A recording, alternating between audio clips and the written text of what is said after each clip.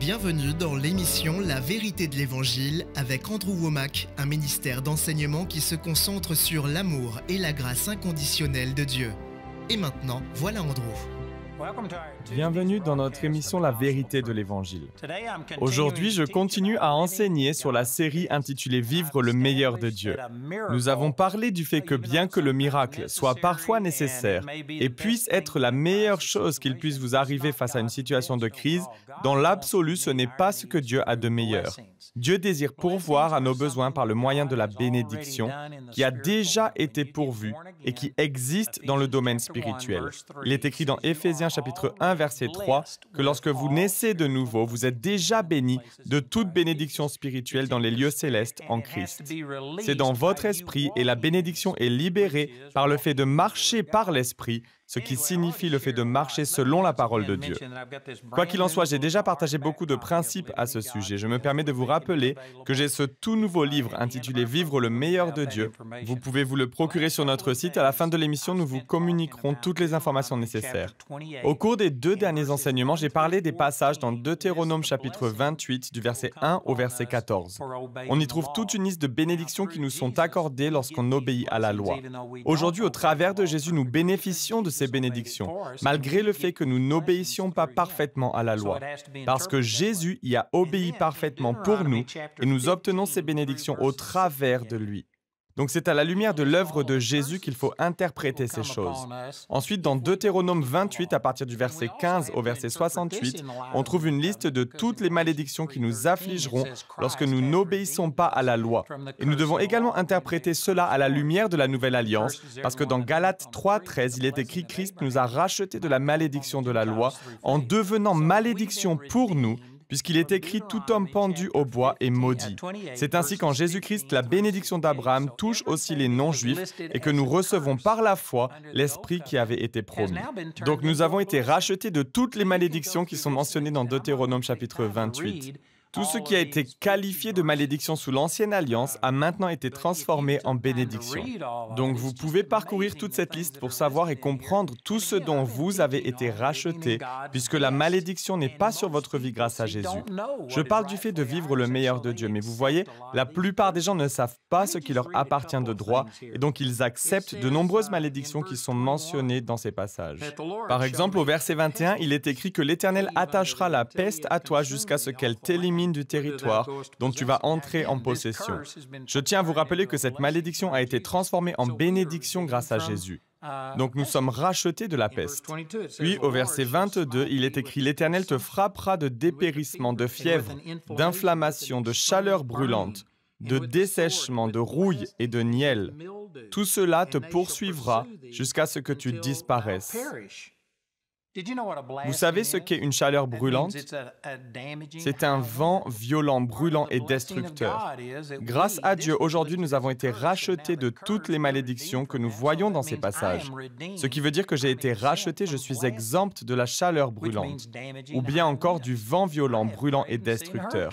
Il m'est arrivé de prier et de voir des ouragans changer de direction.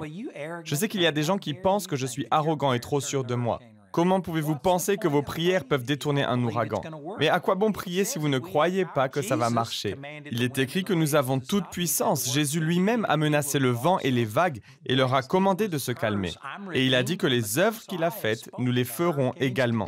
La chaleur brûlante était une malédiction, mais puisque j'ai été racheté de cette malédiction, j'ai pu ainsi ordonner aux ouragans et aux vents destructeurs de me laisser tranquille. Et ils l'ont fait. Il est ensuite question de niel, qui est une malédiction dont nous avons été rachetés.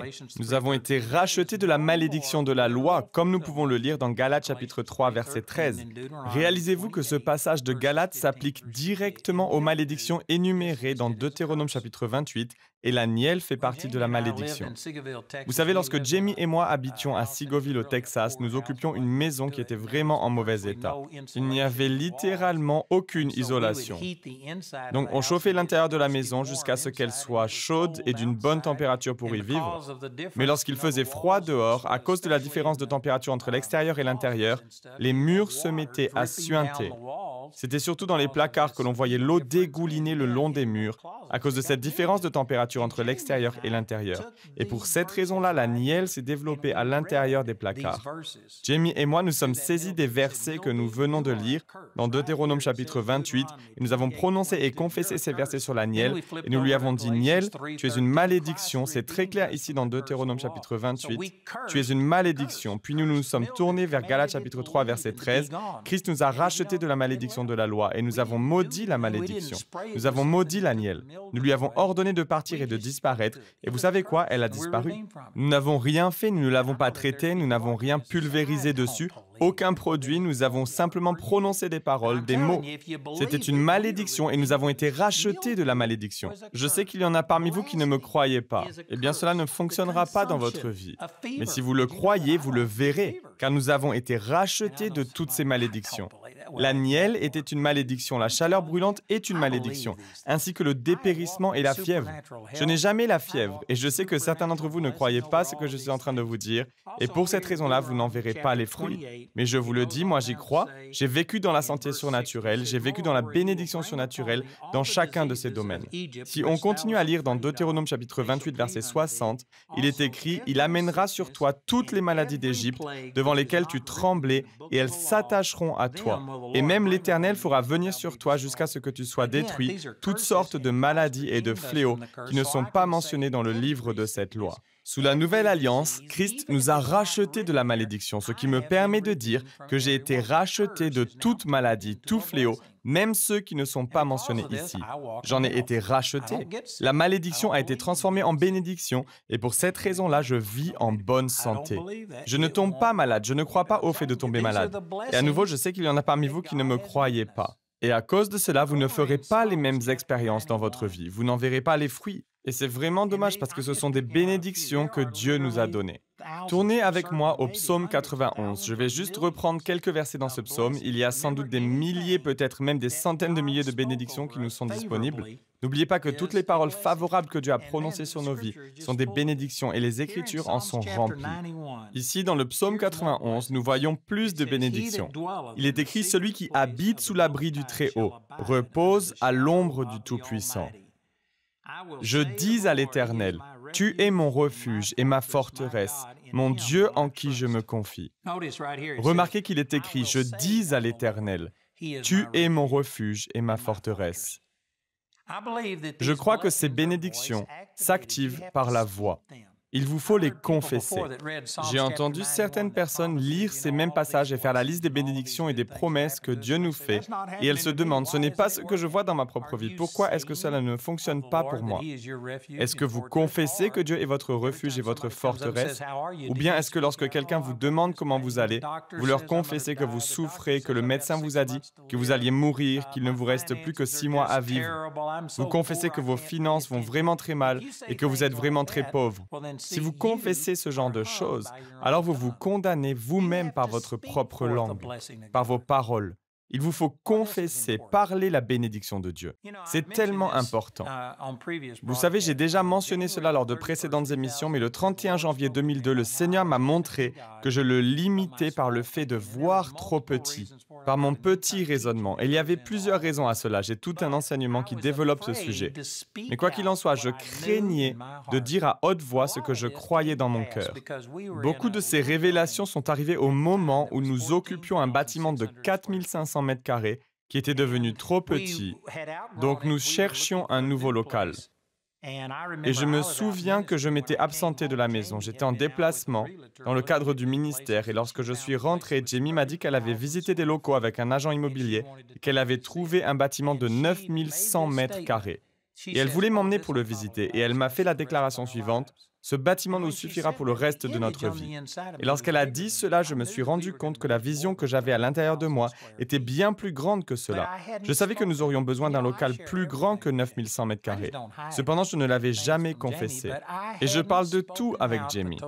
Je ne lui cache rien, mais je n'avais pas exprimé la totalité de ma vision, même à ma femme, parce que j'avais été ridiculisé et critiqué par le passé. Non par elle, mais par d'autres personnes.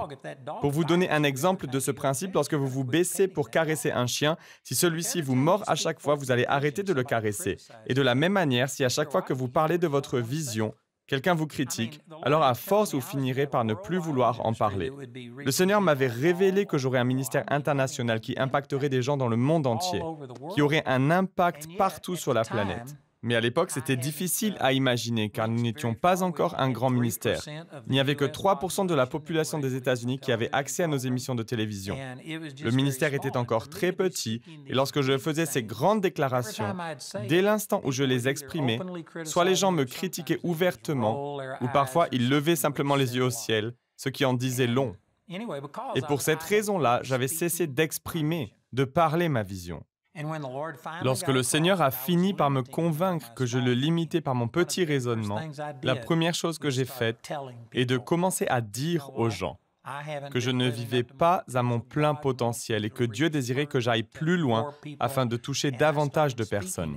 Donc j'ai confessé ma vision et j'en ai parlé à tout le monde. C'est ce que nous venons de lire ensemble dans le psaume 91 où il est écrit « Je dis à l'Éternel, tu es mon refuge et ma forteresse ».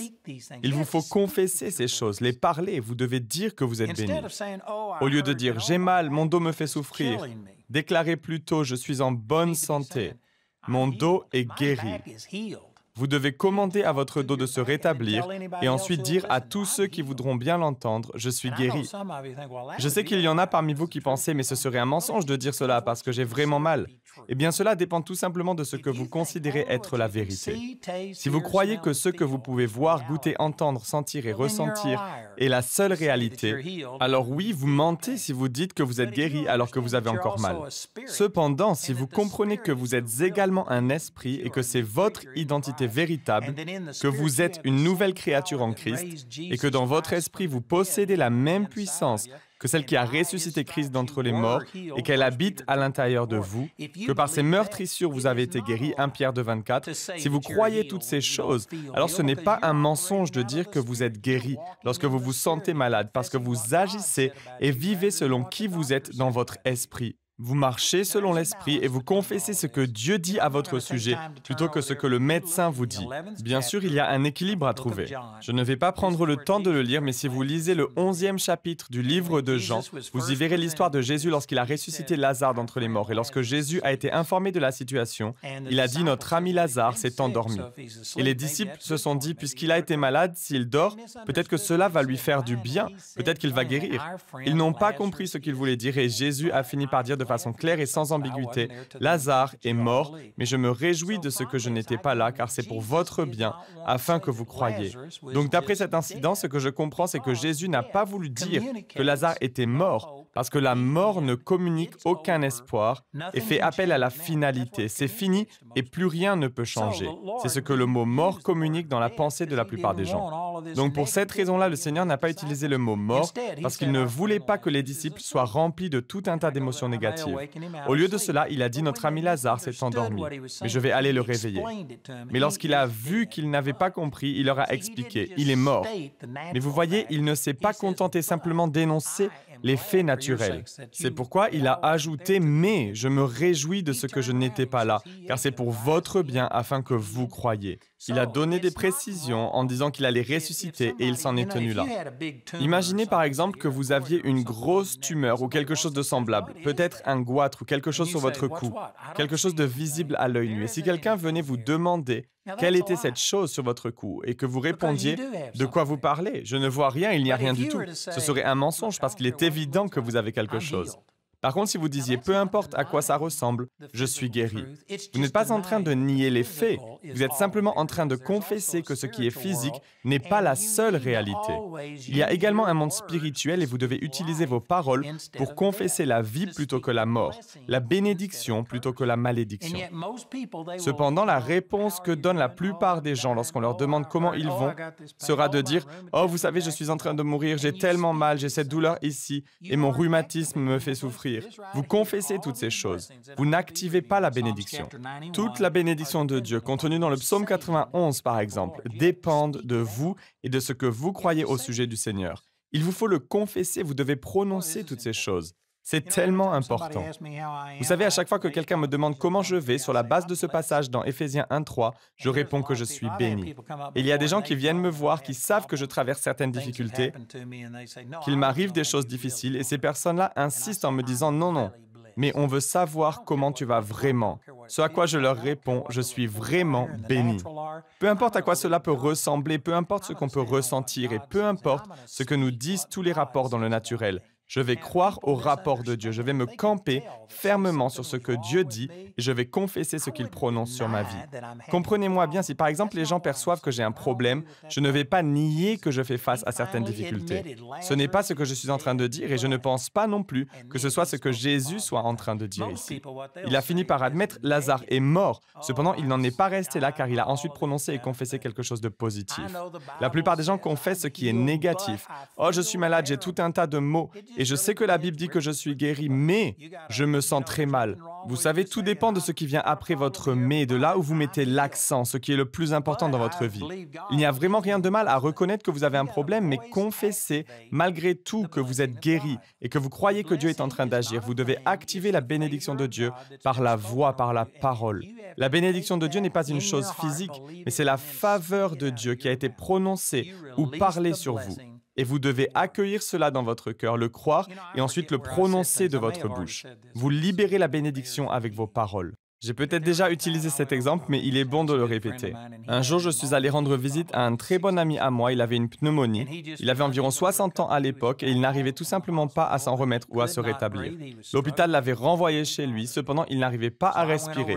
C'était vraiment compliqué pour lui et cela l'inquiétait beaucoup. C'est pour cette raison-là que je suis allé chez lui et je lui ai parlé et c'était à l'époque où le Seigneur me révélait ces choses. Le fait que vous devez confesser les bénédictions qui vous appartiennent. Vous devez les parler et nous avons vu qu'il est écrit dans Proverbe 18, 21, « La langue a pouvoir de vie et de mort. » Quoi qu'il en soit, j'étais chez lui ce jour-là et ses poumons étaient encombrés de flegme. Il n'arrivait vraiment pas à s'en débarrasser ou à respirer normalement. Ce que j'ai fait, c'est que j'ai placé mes mains sur sa poitrine et je me suis agenouillé et j'ai parlé à ses poumons. J'ai dit, « Poumons, vous êtes guéris, flegme, je t'ordonne dans le nom de Jésus de sortir de ces poumons dès maintenant. » Et j'ai maudit la maladie et toute affliction. J'ai confessé la bénédiction de Dieu. Tu es guéri par les meurtrissures de Jésus, tu as été guéri. Et j'ai confessé la bénédiction de Dieu. Et à ce moment-là, il m'a littéralement poussé parce qu'il a eu une terrible quinte de toux. Il est allé chercher une serviette et il a expectoré toutes les saletés qui encombraient ses poumons. Et après seulement 5 ou 10 minutes, il allait très bien. Il était totalement guéri. Et vous savez comment cela s'est produit? C'est en prononçant la bénédiction de Dieu. Ce que je dis là est vraiment puissant et je pense que vous êtes nombreux à ne pas encore avoir confessé ces vérités de votre bouche. Vous devez le croire. Ce ne sont pas uniquement des paroles qui sortent de votre bouche, ce sont des paroles que vous confessez avec votre cœur, qui viennent de votre cœur. Si vous parlez par la foi et si vous ne doutez pas dans votre cœur, alors vous verrez ces choses s'accomplir. Je vous invite à aller regarder certaines des bénédictions qui sont mentionnées dans Psaume 91 au verset 2. « Je dis à l'Éternel, tu es mon refuge et ma forteresse, mon Dieu en qui je me confie. Oui, c'est lui qui te délivre du piège de l'oiseleur et de la peste dévastatrice. » Vous savez, un piège, c'est une embûche. Cela fait référence au piège du diable. Satan rôde comme un lion rugissant, cherchant qui dévorer. Vous pouvez donc déclarer « Dieu me délivre de tous les pièges, de tout ce que le diable veut mettre sur ma route. Il ne me prendra pas par surprise. Satan ne va pas profiter de moi. » Vous pouvez dire ces choses. Dans ces passages que l'on vient de lire, Dieu dit qu'il va nous délivrer. Mais vous devez aussi le confesser. Vous devez confesser que ce n'est pas Satan qui va vous vaincre. Je ne vais pas me faire avoir par sa ruse.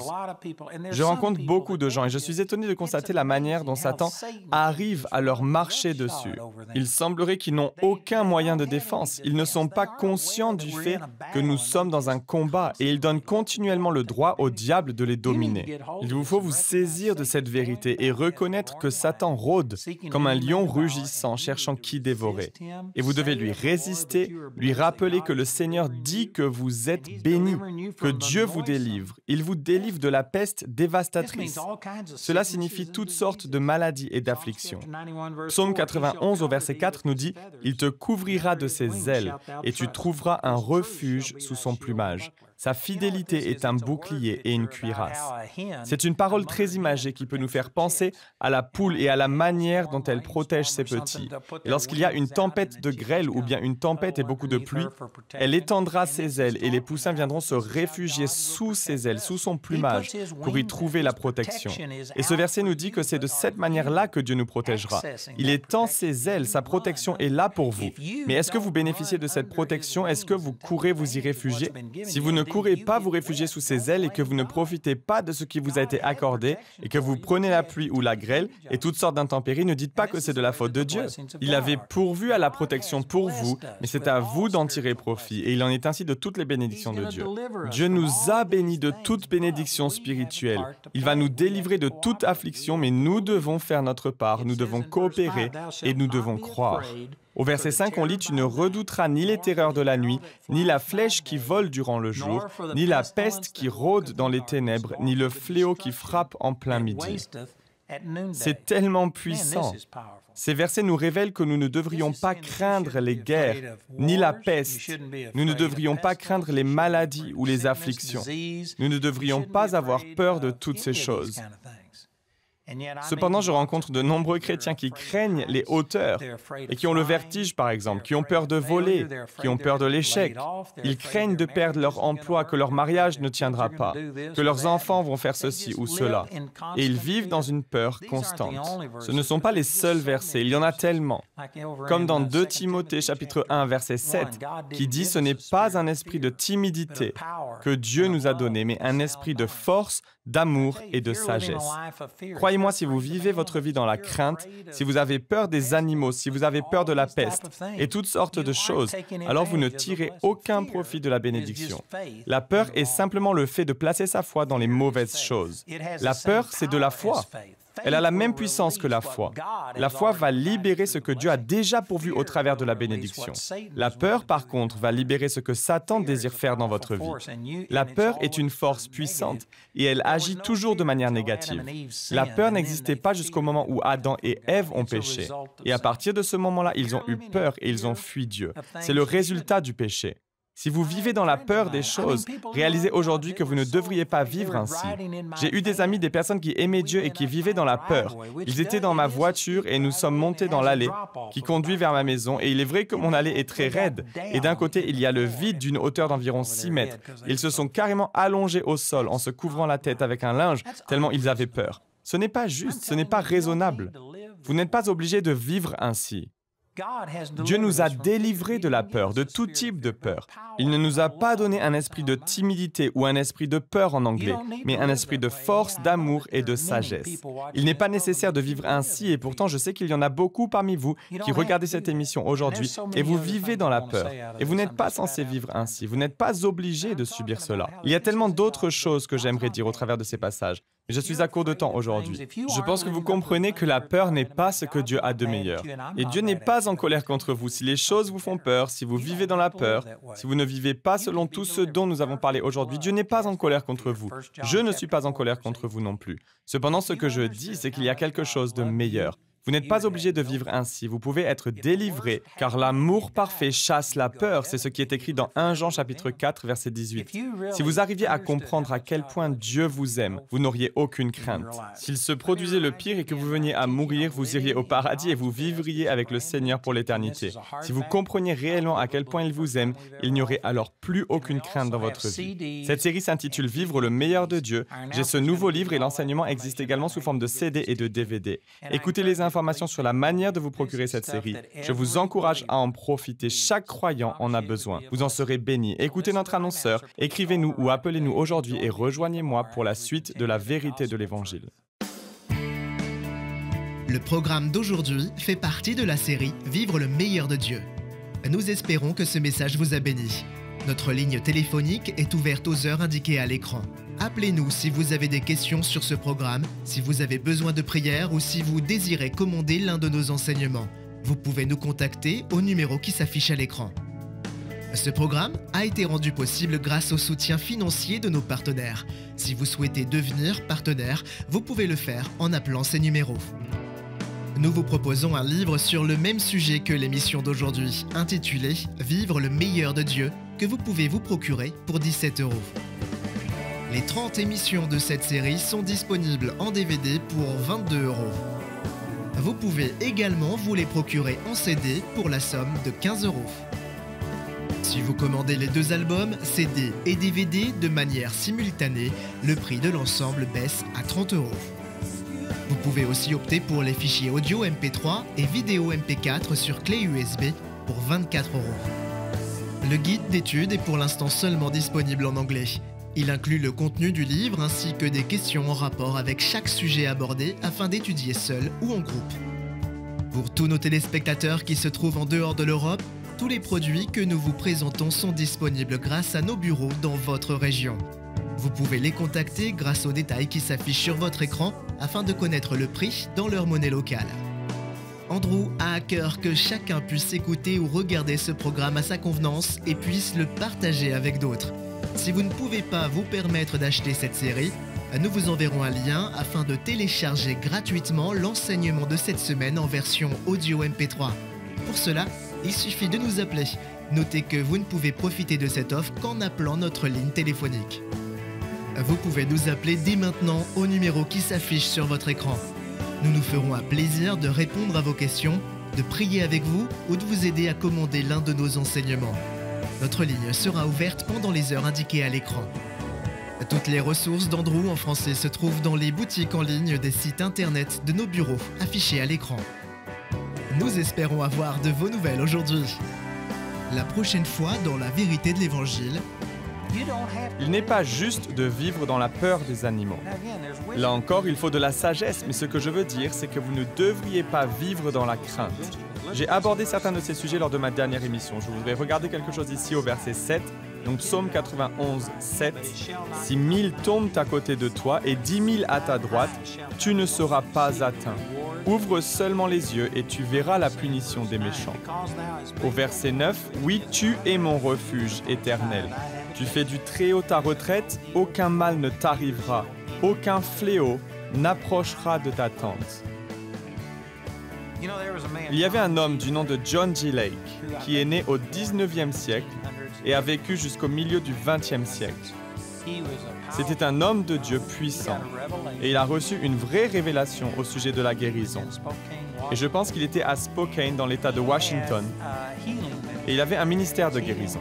Il utilisait des chambres de prière et il avait ce qu'il appelait des praticiens de la guérison. Il enseignait aux gens comment manifester le don de guérison. Il donnait aux gens une petite bouteille d'huile et il les envoyait en leur disant de ne pas revenir avant que telle personne soit complètement guérie et rétablie. Dans le livre que je lisais à son sujet, il expliquait une situation particulière où il avait fallu 3 semaines avant que la guérison physique se manifeste chez quelqu'un. Ses disciples, si je puis dire, avaient vécu avec le malade pendant 3 semaines en lui enseignant la parole jusqu'à ce qu'il reçoive la guérison.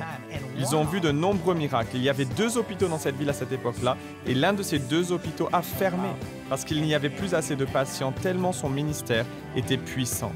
La ville où il habitait, je pense que c'était Spokane, dans l'État de Washington, a été votée la ville la plus saine aux États-Unis, et ce pendant plusieurs décennies tant qu'il était vivant et que son ministère était actif.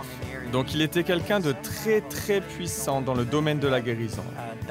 Et à un moment donné, il y a eu une sorte d'épidémie. Il y avait de nombreux médecins qui s'occupaient de tous ces malades et il les avait accueillis dans de grands gymnases où il était possible de tous les admettre. Les médecins étaient en train de les soigner et à cause des résultats qu'il avait obtenus dans le domaine de la guérison, la ville lui a octroyé un permis afin de pouvoir visiter les malades et exercer son ministère de guérison. Rejoignez-nous pour plus d'émissions La vérité de l'Évangile.